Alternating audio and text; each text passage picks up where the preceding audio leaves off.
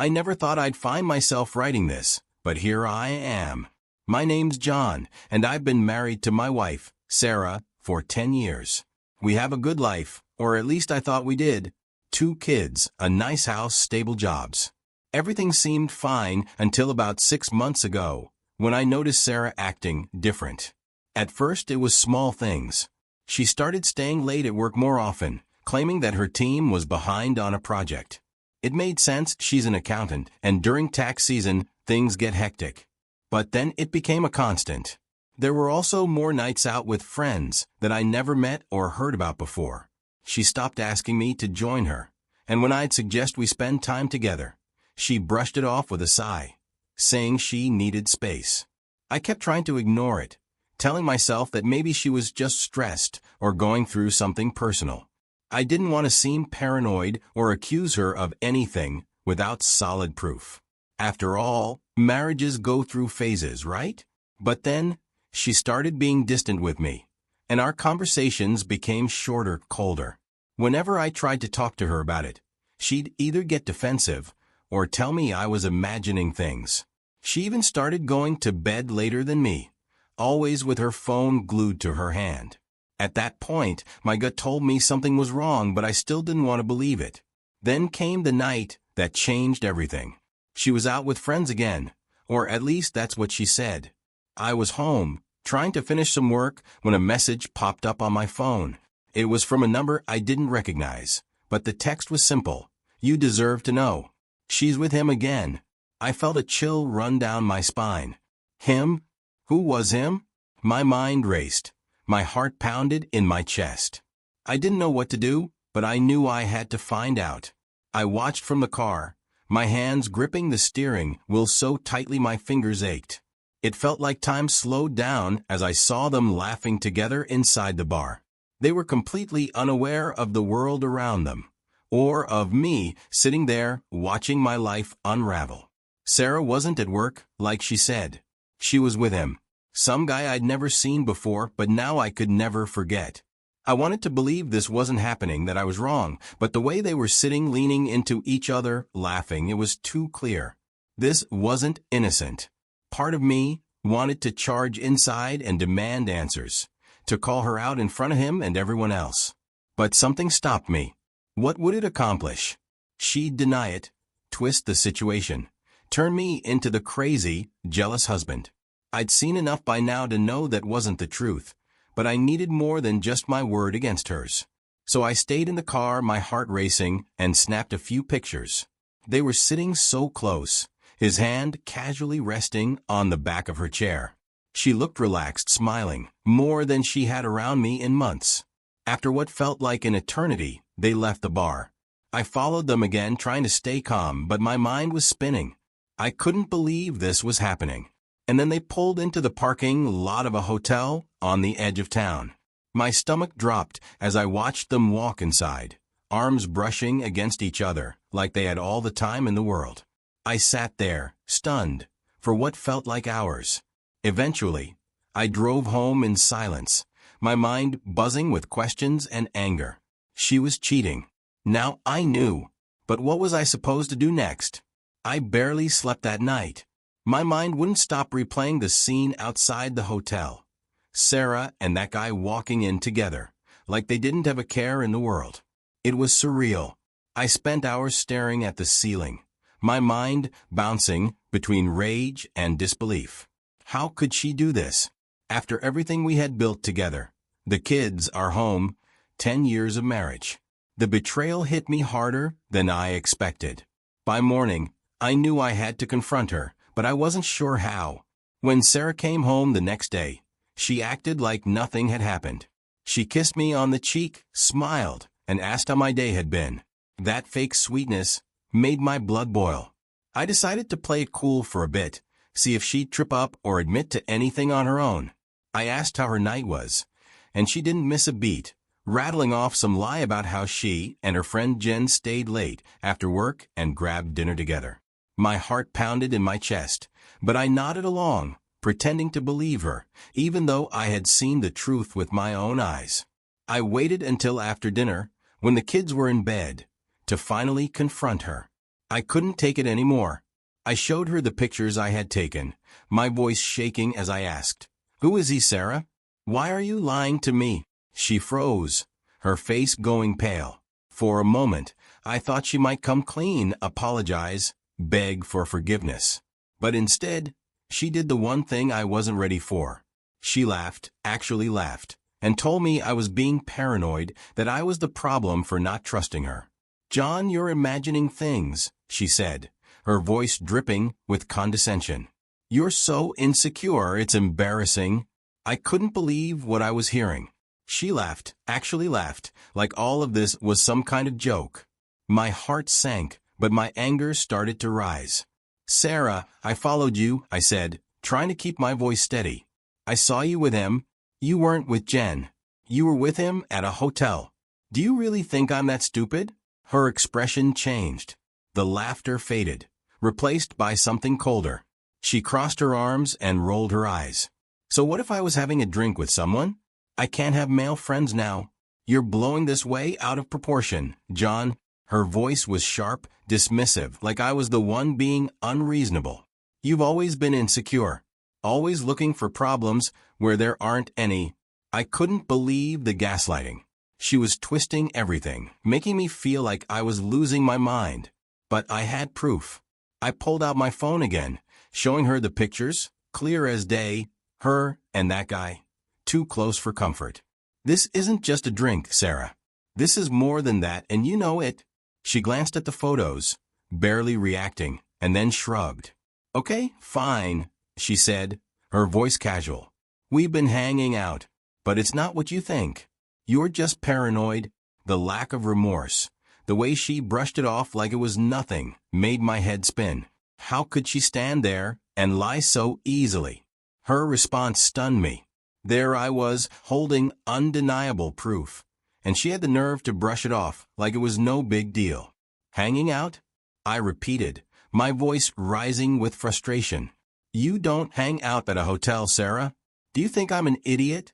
I was shaking now, a mix of anger and disbelief surging through me. This wasn't the woman I thought I knew. The casual way she dismissed what I'd seen, it cut deep. How could she act like everything was fine, like I was the crazy one? She didn't flinch, though. Instead, she just rolled her eyes and sighed, like this whole confrontation was an inconvenience for her. "John, you're overreacting," she said, her tone flat. "You've been working yourself up over nothing. This is why I didn't want to tell you about Ryan. I knew you'd blow it out of proportion." Her words were sharp, slicing through me. She wasn't even denying being with him anymore, just spinning it, like it was somehow my fault for not being chill about it. I felt like I was losing my grip on reality. Blowing it out of proportion? I could barely believe what I was hearing. "You lied to me, Sarah. You've been lying to me for months. I followed you to a hotel. I have photos of you with him. This," I held my phone up again, shaking with anger, "isn't nothing. And you're standing there, acting like I'm the one at fault. How long has this been going on?" My voice cracked at the end, the pain cutting through the anger. She shrugged, still refusing to show any real emotion. "Look, it's not what you think. Ryan and I are just friends, all right? You don't understand." She was dancing around the truth, still refusing to admit what I knew in my gut. But at that moment, I realized something even more painful than her infidelity. She didn't care. She wasn't sorry. She wasn't even trying to make things right. In her mind, she had already justified it, and I was just an obstacle in her way. Her indifference hit me harder than anything else. She didn't even care that she'd been caught. Sarah wasn't trying to fix this, wasn't even trying to lie convincingly anymore. She was treating me like a child throwing a tantrum. Every word out of her mouth felt like a slap. How did we get here? 10 years of marriage, 2 kids, a life we'd built together, and she could stand there, without a shred of remorse, shrugging off the affair like it didn't matter. I took a deep breath, trying to keep my composure. "Sarah," I started, my voice lower now, trying to hold back the emotion in my throat, "you need to be honest with me. I deserve that much. What's going on with you and Ryan? How long has this been going on?" Because I've seen enough to know this isn't just about drinks or casual conversations. You're staying out late, lying about where you are, and you're sneaking off to hotels. My eyes searched her face, looking for some crack, some sign that she might finally tell the truth. But she just sighed, like I was exhausting her. Fine, you want the truth? It's been a few months, she said flatly, crossing her arms. We started hanging out after work and, yeah, we've gotten close. But it's not like what you're thinking. Her voice was calm, detached, like she was talking about some boring office gossip and not the destruction of our marriage. It just happened, okay? He gets me in a way you don't anymore. You're always so busy or distracted with work or the kids. I've felt alone for a long time, John. Her words stabbed at me, but not in the way I expected. Part of me had always feared this, that maybe she felt disconnected or unsatisfied. But I wasn't prepared for the way she shifted the blame onto me. Like I had pushed her into this. Like her betrayal was somehow my fault for not being enough. So this is my fault? I asked, incredulous. You felt alone, so you started cheating? That's your justification? My voice broke a little on the word cheating, the reality of it sinking deeper. She shrugged again, her arms still crossed defensively. I'm not saying it's your fault, but it's not that simple. Things haven't been right between us for a long time, and I don't know if we can get that back. The coldness in her voice was staggering. This wasn't a confession. It was an admission of defeat. She wasn't apologizing or asking for forgiveness. She was justifying why it was okay for her to have done this, and why she felt no need to fight for us anymore. Her words hung in the air, heavy and cold. Things haven't been right between us for a long time. The way she said it, like it was an unchangeable fact, shattered something inside me. It wasn't just the affair anymore. It was the realization that she had already checked out of our marriage long before I even noticed. I stood there, speechless, struggling to process everything. I'd been trying so hard, juggling work, the kids, and our life together, all while she was drifting away into the arms of someone else. And now she stood there, justifying it like it was the most natural thing in the world. I couldn't hold back any longer. You felt alone? I asked, my voice trembling. And what about me, Sarah? Do you think I haven't felt that? I've been here, right here, every single day, working my ass off for this family. And instead of talking to me, instead of trying to fix what was broken, you just ran to someone else? To him? My voice cracked, the hurt coming through more than the anger. She didn't respond right away. For a second, it looked like she might actually say something real, something honest. But then her face hardened again. John, I don't expect you to understand, she said, her tone dismissive, almost bored. You've been so wrapped up in everything else that you didn't even notice how unhappy I've been. Ryan was there for me when you weren't. That was the final blow. Her complete lack of accountability. The way she twisted the narrative to make me the villain in her betrayal. It was too much. You didn't even give me a chance. I shouted, my frustration finally boiling over. You didn't talk to me, didn't tell me how you felt. You just went behind my back and started an affair, and now you're blaming me for it? That's not how this works, Sarah. For the first time, her expression shifted. She looked at me, eyes narrowing, like she was finally done playing the game. John, I don't owe you an apology, she said, her voice cold. I didn't do this to hurt you. I did it because I needed something you couldn't give me anymore. Her words cut deep, sharper than any argument we'd ever had. She wasn't even pretending to care about the damage she'd done. I felt a pit open up in my stomach as the realization hit me. This wasn't just a mistake for her. She had moved on emotionally, and there was no remorse, no regret, just indifference. And that was when I knew things could never be the same again. I stood there, staring at her, feeling the weight of her words crush me. It was like I didn't recognize her anymore. This wasn't the woman I had built the life with, the mother of our kids. She was a stranger now, cold, detached, and indifferent to the pain she was causing. It hit me like a wave. She wasn't just having an affair. She didn't care that she had broken us. She had already moved on emotionally. and I was just in the way. For the first time since this nightmare started, I felt a strange kind of clarity. I had been holding on so tightly, hoping there was something left to save, something to fight for. But now I saw it clearly. She wasn't interested in saving us. She had made her choice, and it wasn't me. So that's it then? I asked quietly, the anger fading into something else, resignation maybe. You're done with us? With me? Sarah sighed, like she was tired of the conversation. John, I'm not trying to hurt you, she said, though the words sounded hollow. But I can't pretend anymore. This isn't working. I've felt like this for a long time and I don't see how we can come back from this. She wasn't even trying to soften the blow. She said it like she was telling me she didn't like the paint color in the living room. Calm, distant, like it was a minor inconvenience. I nodded slowly, feeling the numbness start to creep in. This was it. The end of everything we had built. The family, the memories, the promises. It was all unraveling in front of me. I guess I was the last to know, I said quietly, my voice barely above a whisper. You checked out a long time ago, didn't you? You've already moved on. She didn't deny it.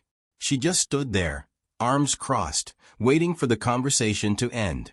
I realized with a sinking feeling that I was the only one still fighting for something she had already let go of. There was a long, heavy silence between us, the kind that felt like the final nail in the coffin.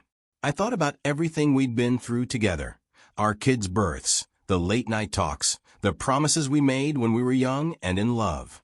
Now it all seemed so far away, like it had happened to someone else. I had spent so long trying to keep things together, but I realized I had been the only one holding on. She wasn't even looking at me anymore. Her eyes had drifted to her phone, like she was waiting for the right moment to walk away, back to the life she was building without me. Why didn't you just tell me? I finally asked, my voice low, almost defeated. Why didn't you tell me you were unhappy? Why did it have to be this? I gestured between us, the weight of her betrayal thick in the air. I was trying to make sense of it all, but deep down I knew the answer already. She didn't tell me because in her mind I had become irrelevant. Her response was a shrug. I don't know, she said, her voice casual. I guess I didn't want to hurt you or the kids. But it just happened, John. I can't explain it any more than that. I didn't plan for things to go this way. Her words were empty, like she had already rehearsed them in her head long before we had this conversation. I shook my head, feeling the anger rise again. But this time it wasn't just directed at her. It was at myself, too. How had I let it get this far? How had I not seen what was right in front of me? I had been so focused on work, the kids, the day-to-day grind of life that I didn't see the cracks forming until they were too deep to repair. Her indifference stung in a way I didn't expect. It wasn't just the affair itself. It was the fact that she couldn't even pretend to care anymore.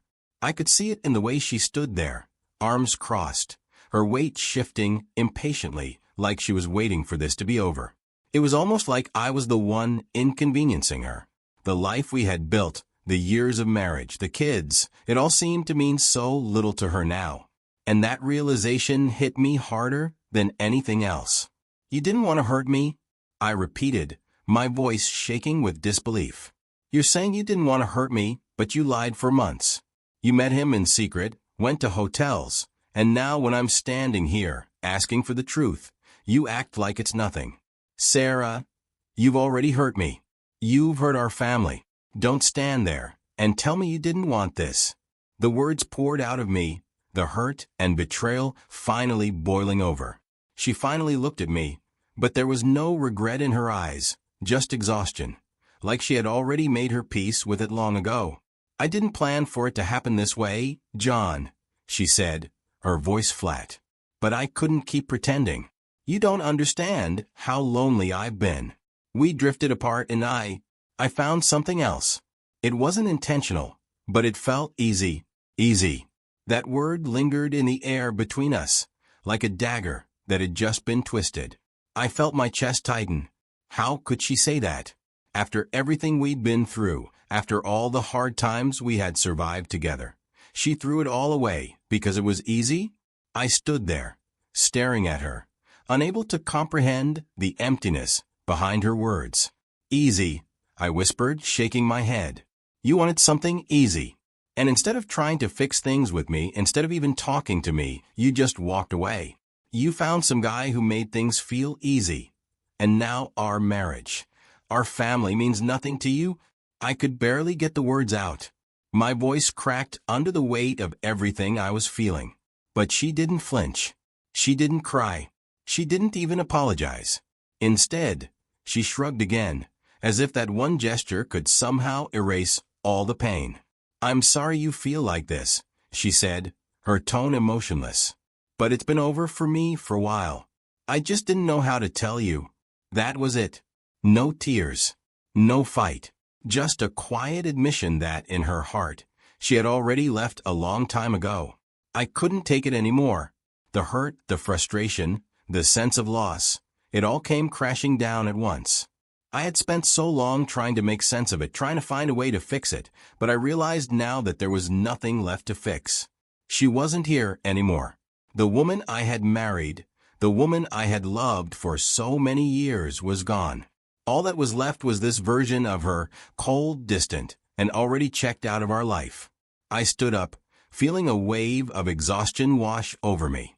"I think you should go," I said quietly, my voice barely holding together. "I don't want to talk about this anymore. I can't. I can't keep doing this." My heart ached as the words left my mouth, but I knew they were true. There was nothing left to say. No more explanations. No more lies. She nodded, like she had expected this all along. Without another word, she turned and left the room, leaving me standing there, alone, in the wreckage of our marriage. As the door clicked shut behind her, the weight of everything we had lost finally settled in. And for the first time since all of this had started, I felt truly alone. The silence in the house, after she left, was deafening. It felt like the air had been sucked out of the room, leaving nothing but this heavy, oppressive stillness. I stood there for a long time, staring at the door she had just walked through, my mind struggling to process what had just happened. I had imagined so many scenarios in my head. Her breaking down, her begging for forgiveness, us fighting for what we once had. But none of that had happened. Instead, she just left. As if our marriage, our family, everything we had built, meant nothing to her anymore. I sat down on the edge of the bed, my head in my hands, trying to think. But nothing made sense. How had we ended up here? How had I missed all the signs? I had spent years working hard to provide for our family, doing what I thought was right, putting in the hours, being a good father, being a supportive husband. But somewhere along the way, she had slipped away from me, found someone else to fill the void, and I hadn't even seen it coming. I thought back to the nights she stayed out late, the sudden work trips, the way she would avoid me when we were home. All the signs had been there, but I had ignored them, telling myself that we were just going through a rough patch, like all marriages do. I thought we would come out of it stronger, that it was just a phase. But now I knew that wasn't true. She had already given up, long before I even realized there was a problem. The numbness that had settled in earlier began to give way to something else, something darker. Anger. Not the kind that comes from shouting or fighting, but a slow-burning, deep-seated anger that gnaws at you from the inside. How could she do this to us? To me? I had been faithful. I had been there for her even when things got tough. And she just threw it all away because she found something easy with someone else. I clenched my fists, feeling the frustration build. She had walked out without a second thought, and here I was, left to pick up the pieces.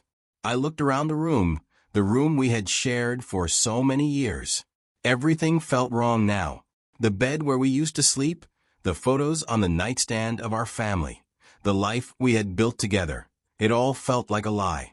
How many times had she come home from seeing him and then crawled into bed next to me, pretending like nothing was wrong? How many lies had she told, and how long had I believed them? I stood up, feeling like I couldn't breathe in that room anymore.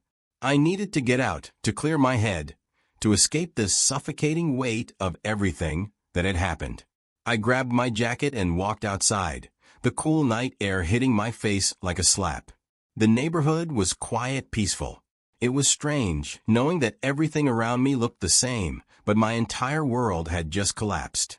As I walked down the street, the anger simmered inside me, mixing with the overwhelming sense of loss. I didn't know what the future held, but I knew one thing for sure. Nothing would ever be the same again. The days that followed felt like a blur. Each one blended into the next as I went through the motions, but nothing felt real. I still woke up every morning expecting to see Sarah beside me, expecting to hear the kids running around before school. But the bed was cold, and the silence in the house was suffocating.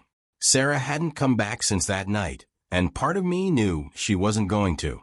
She was gone physically and emotionally, and I was left to figure out what came next. I thought about calling her a few times. There were moments when I wanted answers. Why hadn't she said something earlier? Why had she let this go on for so long? But I knew it didn't matter anymore. The answers wouldn't change what had happened, wouldn't change the fact that she had chosen him over me. I had spent so much time trying to make sense of it all, but now it felt like I was just going in circles, torturing myself with questions that didn't have satisfying answers. What hit hardest was the kids. I didn't know how to explain this to them. How to tell them that their mom wasn't coming home, that our family wasn't going to look the same anymore. I hadn't even told them yet.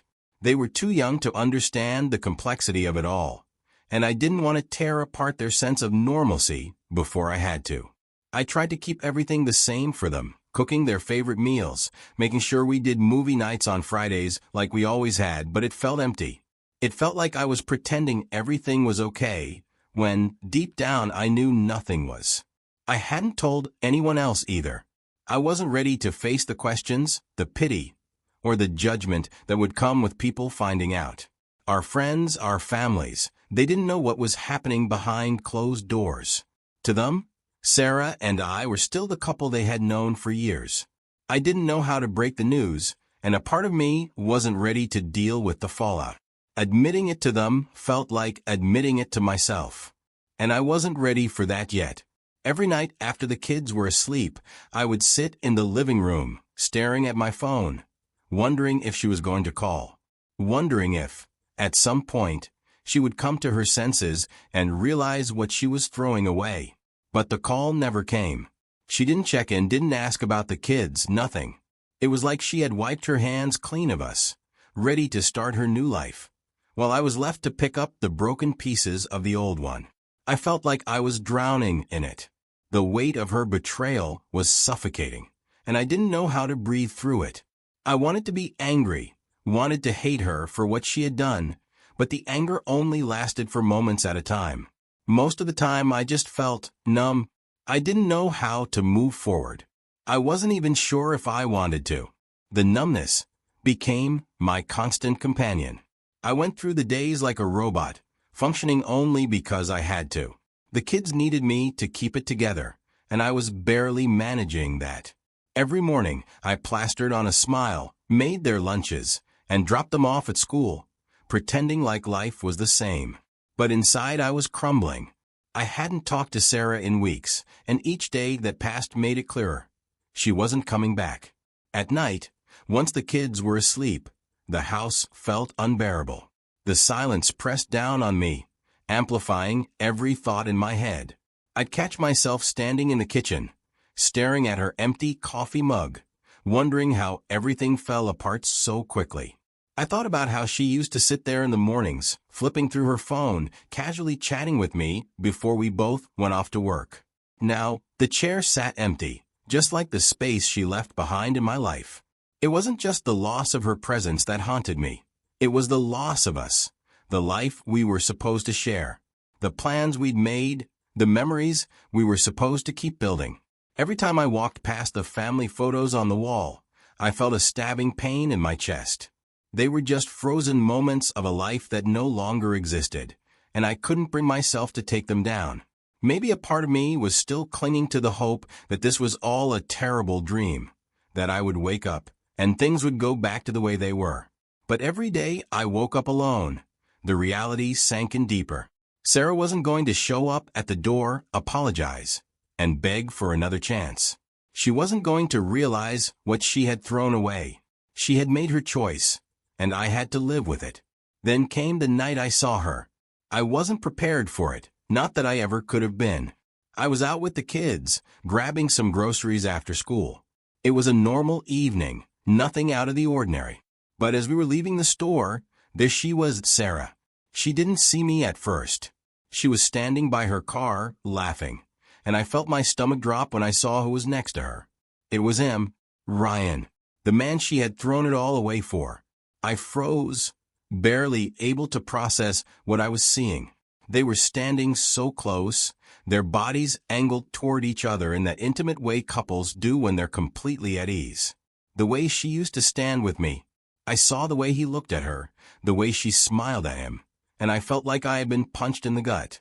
My breath caught in my throat, and for a moment I thought I was going to be sick. The kids were tugging at my arm, oblivious to the scene unfolding in front of me. I forced myself to look away, pretending like nothing was happening. "Let's go," I said quietly, ushering them toward the car. My heart was pounding in my chest as I loaded them into their seats, but I couldn't stop myself from glancing back at Sarah. She still hadn't seen me. They were laughing, lost in their own little world. As I drove away, I felt a surge of emotions I hadn't been ready for: anger, sadness, humiliation. Seeing her with him, so happy, so carefree, while I was barely holding it together, it was like pouring salt on an open wound. I had known about Ryan, known that she had moved on, but seeing them together made it real in a way I wasn't prepared for. It was like watching someone else live the life that was supposed to be mine. The image of Sarah with Ryan lingered in my mind for days, like a stain I couldn't wash away. No matter what I did, it replayed over and over. The way they stood together, how she smiled at him like I didn't exist. It was one thing to know she had moved on, but seeing it made everything feel so final. There was no coming back from this. I hadn't just lost my wife. I had lost the future I thought we'd share. That night, after the kids went to bed, I sat on the couch, staring at the TV without really watching it. The house felt too quiet again, the way it always did when I had time to think. My phone was on the coffee table, and for the first time in weeks, I considered calling Sarah. I wasn't sure why. Maybe to ask how she could be so cold, how she could throw away everything we'd built together so easily. Or maybe just to hear her voice, even though I knew it wouldn't give me any comfort. I picked up the phone, my thumb hovering over her contact, but then I stopped. What was the point? She had made her choice, and seeing her with Ryan had only confirmed what I had been avoiding. This wasn't just an affair for her. It wasn't a mistake she wanted to fix. It was her new life. I wasn't part of it anymore. The realization hit me hard, but it also brought with it a strange sense of clarity. I couldn't keep waiting for her to come back. Couldn't keep holding on to the hope that maybe she'd realize what she had done. She wasn't going to. I had to let go. It wasn't just about moving on for me, it was about moving on for the kids. They deserved better than this half-life we were living, where everything felt like it was hanging in the balance. But moving on wasn't going to be easy. Every room in this house reminded me of her, of what we used to be. Our wedding photos were still up, mocking me with memories of the promises we had made, promises that no longer meant anything. The bed still felt too big without her in it, the smell of her perfume still clinging to the sheets. I couldn't even go into the closet without seeing her clothes, like some ghost of the life we'd shared was haunting me. I knew I needed to take the first step, but it felt impossible. Where do you even begin when your whole world falls apart? I didn't know how to start over. The thought of dating again seemed ridiculous. I wasn't even sure I remembered how to have a conversation that didn't involve kids, work, or grocery lists. And the idea of trusting someone after this? That felt even more impossible. But I couldn't let this destroy me. I couldn't let her affair take everything from me. I had the kids to think about.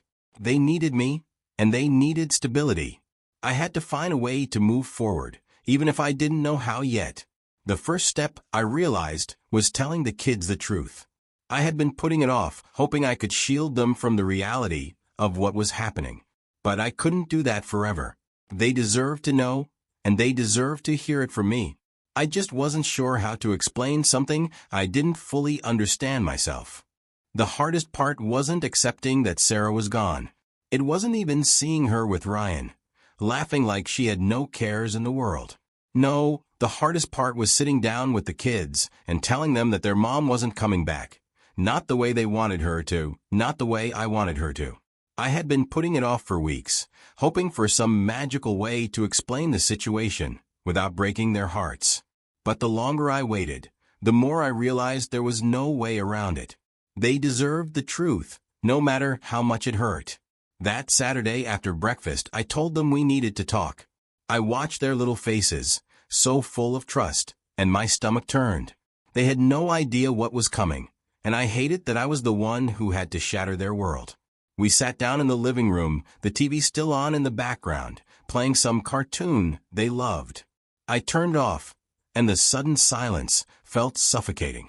"Why did you turn it off, Dad?" my daughter Lily asked, her big brown eyes staring up at me. She was only 7, still so innocent. My son, Max, who was 9, was sitting next to her, already sensing that something was wrong. He always picked up on things quicker, always asked the harder questions. I cleared my throat trying to find the right words, but everything felt inadequate. How do you explain betrayal to children? How do you tell them that the life they thought was secure, safe, and unbreakable was crumbling because of choices they couldn't understand? "Mom's not coming back, is she?" Max asked, his voice quiet but certain.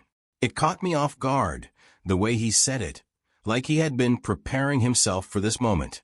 My chest tightened as I met his gaze, and I realized that, even at his age, he had seen more than I thought.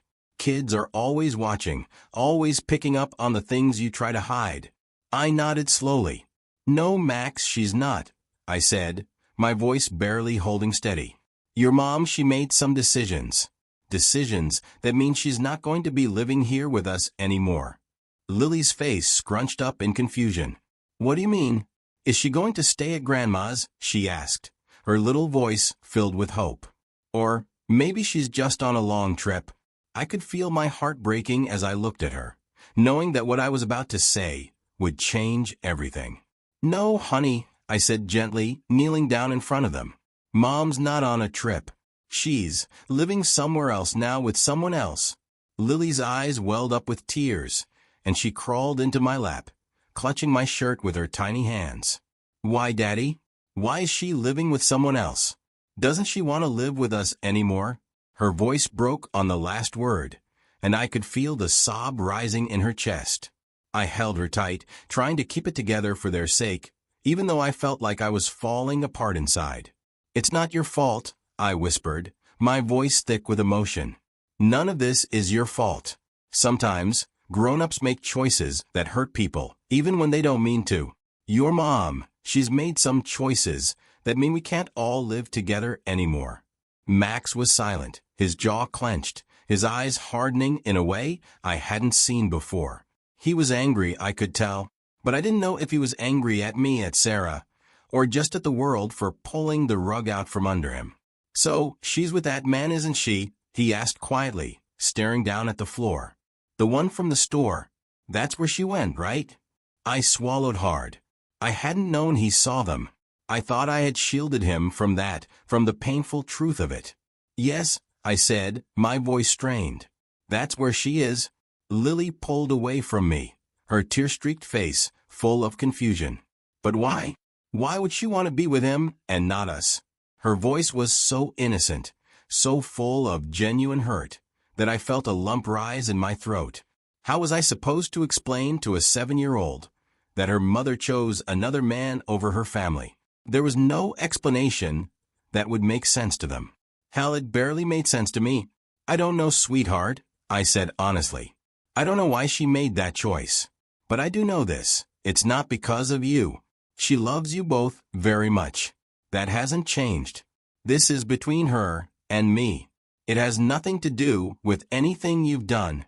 Max's expression hardened even more, his anger bubbling just under the surface. Then why does it feel like it's about us? Why did she leave us, Dad? His voice cracked, and for the first time, I saw the tears in his eyes, even though he was trying so hard to hide them. I reached out to him, but he shrugged me off, standing up and turning his back to me. I don't get it, he muttered. I don't get why she doesn't want to be here. I didn't have any answers for him. I could feel the weight of their pain, their confusion, and all I could do was sit there, feeling utterly helpless. No words could fix what had been broken. All I could do was be there, hold them when they let me, and try to guide them through the wreckage of something that had nothing to do with them, but would shape them for the rest of their lives. After that conversation with the kids, nothing felt the same. The air in the house was heavier, and the weight of Sarah's absence pressed down on all of us in different ways. Lily cried herself to sleep most nights, asking when her mom would come back, even though I had explained that she wasn't. Max, on the other hand, was quieter, angrier. He didn't say much, but I could see the way he kept everything bottled up, like he was trying to make sense of a world that had been turned upside down. I tried to be there for them as much as I could, but every day was a battle. I had to hold myself together for them, even though all I wanted to do was fall apart. It was like I was walking through a fog, just going through the motions, making breakfast, driving them to school, trying to keep things as normal as possible. But inside I was breaking. The nights were the worst. After I tucked them in, the house felt too quiet, too empty. I kept thinking about how Sarah used to be there with me, how we would sit and talk, laugh about the kids, plan our future. Now, that future was gone. It was in those quiet moments, when the kids were asleep, that the loneliness hit the hardest. I realized how much I had relied on Sarah, how much I had taken for granted. And now, I had to do it all alone. The weight of it was crushing. I didn't know how to move on, didn't know how to be both a father and a man trying to rebuild his life. But I knew one thing for sure. I couldn't let her choices define the rest of my life. I had to find a way forward for my kids and for myself.